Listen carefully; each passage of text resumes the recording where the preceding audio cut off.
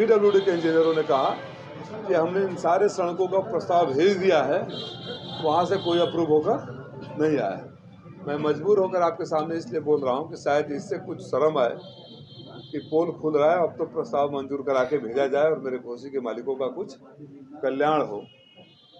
विकास हवाबाई नहीं होता है। सड़क बनवानी थी ना, आप लोग तो गवाह है, आजमगढ़ से मऊ का 4 लेन कैसे बना था। आप लोग गवाह हैं, जो शहीद मार्ग को लूट लिया गया था, गड्ढा ऐसे था लग रहा था कि अफ्रीका का है, कैसे बना था। आप लोग गवाह है, चिरैया कोर्ट से लेकर वहाँ तक बेलथरा रोड वाली रोड कैसे बनी थी, मधुबन बेलथरा रोड कैसे बनी थी। सड़कें तो हमने भी बनवाए थे, हम किसी पद पर नहीं थे।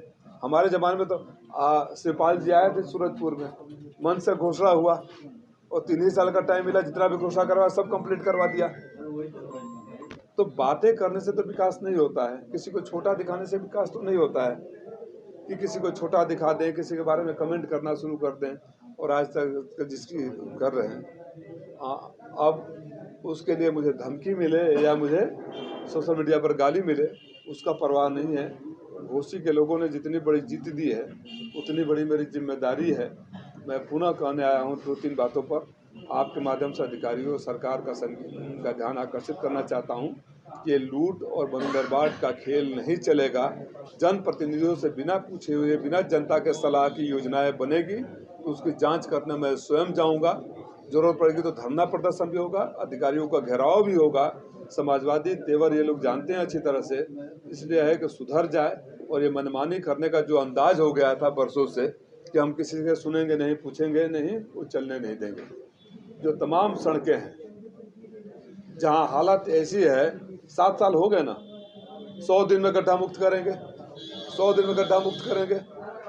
आप सारे पत्रकार साथी तो दूर दूर गांव में जाते हैं कवरेज करने, आप ही गवाह हैं कि कितने गड्ढा मुक्त हो गए। और आज 7 साल बाद भी, 8 साल बाद भी गड्ढा मुक्ति का पैसा चल रहा है। सारा पैसा गड्ढा मुक्त नहीं हुआ, अधिकारियों की गरीबी मुक्ति हो गई। सारा पैसा गड्ढा भरने वाला उनके पेट में भरा गया। अब इस धंधे को बंद करना होगा। जो परियोजनाएं, मैं भी सरकार को पत्र लिख रहा हूँ, मुख्यमंत्री को पत्र लिख रहा हूँ, जो परियोजनाएं लंबित है उसको तत्काल मैं मांग कर रहा हूँ। जितने मेरे मऊ की सड़कों है उनका मंजूरी दिलाएंगे। जरूरत पड़ेगी मैं अधिकारियों से बात करूंगा, सदन में सवाल उठाऊंगा। हमारे यहाँ जो बाढ़ का, कटान का मसला है, अभी जो भौगोलिक स्थिति है, हमारे यहाँ कोई उद्योग धंधे नहीं है। उद्योग धंधे के लिए जो जगह है, अभी तो हमारा जो इंडस्ट्रियल पार्क है, मुझे कहा गया कि 90%, मैं खुद भी गया था, 90% तो खाली है। तो पार्क से ज़्यादा ज़रूरत है उद्योग की। पहले जो जगह है उसको पूरा कर लिया जाए। जो खाली जगह है, मैंने केंद्र सरकार से सदन में मांग की कि यहाँ गोरखपुर बनारस 4 लेन हो गया, पूर्वांचल हो गया, ये रास्ता हो गया, ट्रॉमा सेंटर हो, कैंसर के हॉस्पिटल हो, ट्रेनिंग सेंटर हो, इंडस्ट्रियल हब बने, उसकी ज़रूरत है। प्रयास करूँगा। आज अपना रिपोर्ट कार्ड आपके सामने पेश किया, दूसरा क्या करने का विजन है वो पेश किया, और सच्ची तस्वीर आप ही लोग बताते हो कि क्या क्या हो रहा है शहर में। सवाल कर दो तो हर आदमी व्यक्तिगत ले लेता है। किस सरकार में और किस मंत्री के ऊपर सवाल नहीं उठे? क्या माननीय मोदी जी के ऊपर सवाल नहीं उठते? सकारात्मक ढंग से लेना चाहिए, फीडबैक लेना चाहिए, व्यक्तिगत आलोचना नहीं लेनी चाहिए। और मैं चाहता हूँ कि हम सबकी जिम्मेदारी है। मऊ के नेताओं को मैं एक अक्रॉस द पार्टी लाइन से हटकर एक चीज़ के लिए जरूर मैं साधुवाद और बधाई देना चाहूँगा। पिछले कुछ दिनों को छोड़ दिया जाए तो जब से मैं यहाँ के सक्रिय राजनीति में हूँ, कभी किसी पक्ष का नेता दूसरे पक्ष के नेता के ऊपर व्यक्तिगत आरोप और गाली गलौज नहीं किया है। आप लोग इस बात को मानेंगे। इसके लिए सारे कार्यकर्ता, सारी पार्टियों के कार्यकर्ता, सारे नेता बधाई के पात्र हैं। मैं चाहता हूं कि वो स्वस्थ परंपरा कायम रहे। वो स्वस्थ परंपरा के साथ ही हम सारे लोग मिलकर, हम सबकी जिम्मेदारी है। सरकार आज इनकी है, कल उनकी है। जैसे हमने भेदभाव नहीं किया, उसी सरकार में भी भेदभाव न हो। बाकी फ्लोर आपका है। क्यों आपको लगता है कि व्यक्तिगत आपके ऊपर इस समय टिप्पणी की जा रही है? नहीं, अब कहाँ किया जा रहा है। जब शुरू हुआ था तो मैं जानता था कि हर चीज़ एक्सपायरी डेट के साथ आती है। अपने आप उस दलदल में मैं फंसना नहीं चाहता। मैं अपना काम रिपोर्ट कार्ड लेकर आया हूँ। मैं किसी की आलोचना किया? कभी किसी की आलोचना करता हूँ? आपने मुझे चुना है कुछ करने के लिए।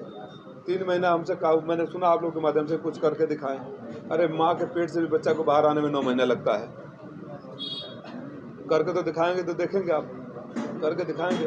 मैं तो सहयोग मांगने आया हूँ, और अगर सांसद के नाते कोई सुझाव देता हूँ तो उसे व्यक्तिगत आलोचना या व्यक्तिगत रूप से कोई न ले, ये निवेदन करने आया हूँ। आपको तो प्रस्ताव नहीं दिया जा रहा है, जनपद में 2 कैबिनेट मंत्री हैं, अधिकारी क्या उनके प्रस्ताव पर काम नहीं कर रहे हैं? अब इसका जवाब वो देंगे, मैं उनका प्रवक्ता नहीं हूँ।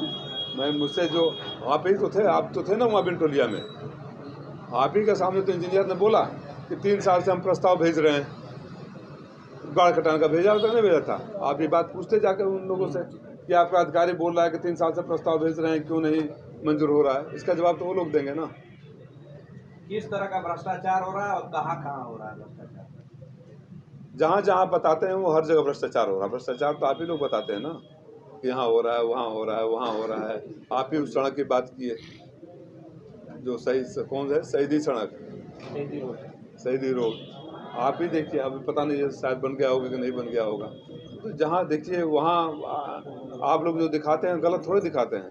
मैं तो आपसे सहमत हूँ, मैं तो मीडिया के साथियों से सहमत हूँ कि जो आप दिखाते हैं कि गड्ढे हैं, जो आप दिखाते हैं समस्याएं हैं, जो आप दिखाते हैं कि ये समस्या है, वो सही समस्या है।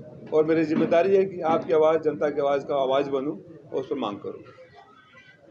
AK शर्मा ऑफिशियल और समाजवादी पार्टी के ट्विटर पर बहुत बवाल चल रहा है, सुरक्षा वाला पूछे तो जाए, क्या कुछ कहेंगे? No personal comment. मैं उस बारे में राजनीति में स्वस्थ परंपरा कायम रहनी चाहिए और सबकी जिम्मेदारी है। सांसद जी बहराइच की घटना को लेकर क्या कहेंगे? बहराइच में जो भी हुआ दुखद है, दुर्भाग्यपूर्ण है, और सरकार को इसकी जिम्मेदारी लेनी चाहिए। जो पहले दिखाया गया वीडियो कि घर में घुसकर झंडा करे, वो भी गलत है, लेकिन किसी को जान से मार देना भी गुनाह है। और जब अधिकारियों को पता होना चाहिए कि रूट कौन सा है, जब रूट वो था तो सुरक्षा व्यवस्था क्यों नहीं की गई? और फिर जब आक्रोश हो गया तो अगले दिन अधिकारी क्यों सो रहे थे? और जो लोग अगले दिन आगजनी हुई, निर्दोष, हमेशा दंगे में निर्दोष और गरीब मारे जाते हैं। कभी नेता का बेटा, कभी अधिकारी का बेटा, कभी व्यापारी का बेटा, कभी बड़ा आदमी नहीं मारा जाता है। जो आगजनी हुई, जो घरों को लूट लिया गया था, जला दिया गया, अस्पताल का देख रहा था, फार्मेसी का देख रहा था, इसकी जवाबदेही किसकी बनेगी? आपको धमकी मिली है, उसके बाद ज्ञापन दिया गया समाजवादी पार्टी द्वारा, क्या मामला? धमकी वाली बात आप सबको पता है, पुरानी बात हो गई है। मुझे कहा गया कि सरकार को लिखना चाहिए, हमने माननीय मुख्यमंत्री को भी, माननीय गृह मंत्री को भी और जिला के अधिकारियों को भी लिख दिया। लेकिन सरकार, मुझे कहने में थोड़ी भी हिचक नहीं है कि सरकार में सुरक्षा उसी को मिलता है जो अपने पार्टी के साथ गद्दारी करता है। राज्यसभा में लोग वोट जाकर दे गए, वोट ही दिए थे ना, कोई क्रांति तो नहीं किए थे, और अगले दिन वाई प्लस कैटेगरी की सिक्योरिटी मिल गई। यहाँ आपका जनप्रतिनिधि है जो सबूत के साथ दे रहा है, तो अगर सरकार की मंशा ये है कि मैं जाकर गिड़गिड़ाऊंगा या अपने पार्टी के साथ गद्दारी करूंगा सिक्योरिटी पाने के लिए, तो कभी नहीं करूंगा। सांसद जी, एक अभी आया उत्तर प्रदेश सरकार ने एक जारी किया है कि MP और MLA के सामने अधिकारी ऊंची कुर्सी पर नहीं बैठेंगे, इसको आप अपने किस नजरिए से देख रहे हैं? देखिए, लोकतंत्र में जनप्रतिनिधि बड़ा होता है, और जो एक आम पीड़ा इस सरकार में है, हमारी सरकार में तो ऐसा नहीं था कि जनप्रतिनिधियों के अधिकारी सुनते भी नहीं है। संस्कार से होता है ना, जब जनप्रतिनिधि अधिकारी के दिमाग में है कि जनप्रतिनिधि आ रहा है, मुझे खड़ा होना है, सम्मान देना है, तो उसकी बातों को भी सम्मान देगा। और जब बैठे रहेगा, बोला हाँ बताइए विधायक जी क्या हाल चाल है, तो विधायक जी की बातें भी हवा हवाई हो जाएगी, मेरे से कोई कर ले। सुरक्षा वाली बात जहाँ तक इनकम्प्लीट हो गया, मैं इतना मानता हूँ जिंदगी और मौत ऊपर वाले के हाथ में है।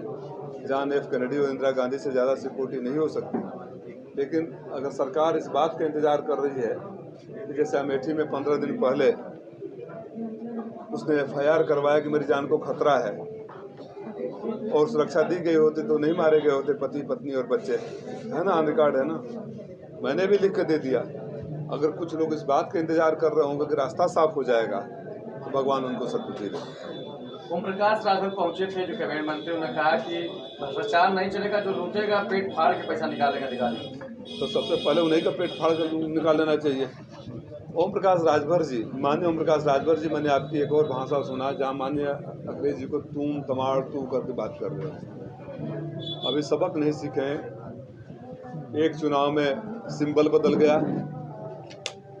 राजकुमार यहीं आकर कह गए कि मैं चुनाव नहीं लड़ूंगा, क्षेत्र छोड़ दिया, चुनाव लड़ने का इरादा छोड़ दिया, सिंबल छोड़ दिया। अब ये बदतमीजी छोड़ दीजिए, नहीं तो राजनीति भी आप छोड़ देंगे। इस तरह की बदतमीजी की भाषा, और वो मूल रूप से जिम्मेदार है अपने बच्चों को संस्कार देने के लिए, और उस तरह की भाषा है जो उनके बच्चों का भविष्य खराब कर रही है। तो तू तमाड़ वाली भाषा ये पूर्वांचल की धरती है ओम प्रकाश राजभर जी, और आप भी यहीं से हैं। कम से कम अपने पूर्वजों के संस्कार और यहाँ के माटी के संस्कार, आबो हवा का संस्कार को खराब मत करिए, विरोध करिए, बातें कहिए। तुम तमाड़ गाली गलौज सभी नहीं दिमाग ठिकाने आया है, तो इस बार घोसी की जनता नहीं, उत्तर प्रदेश की जनता हमेशा हमेशा के लिए दिमाग ठिकाने पर ला देगी।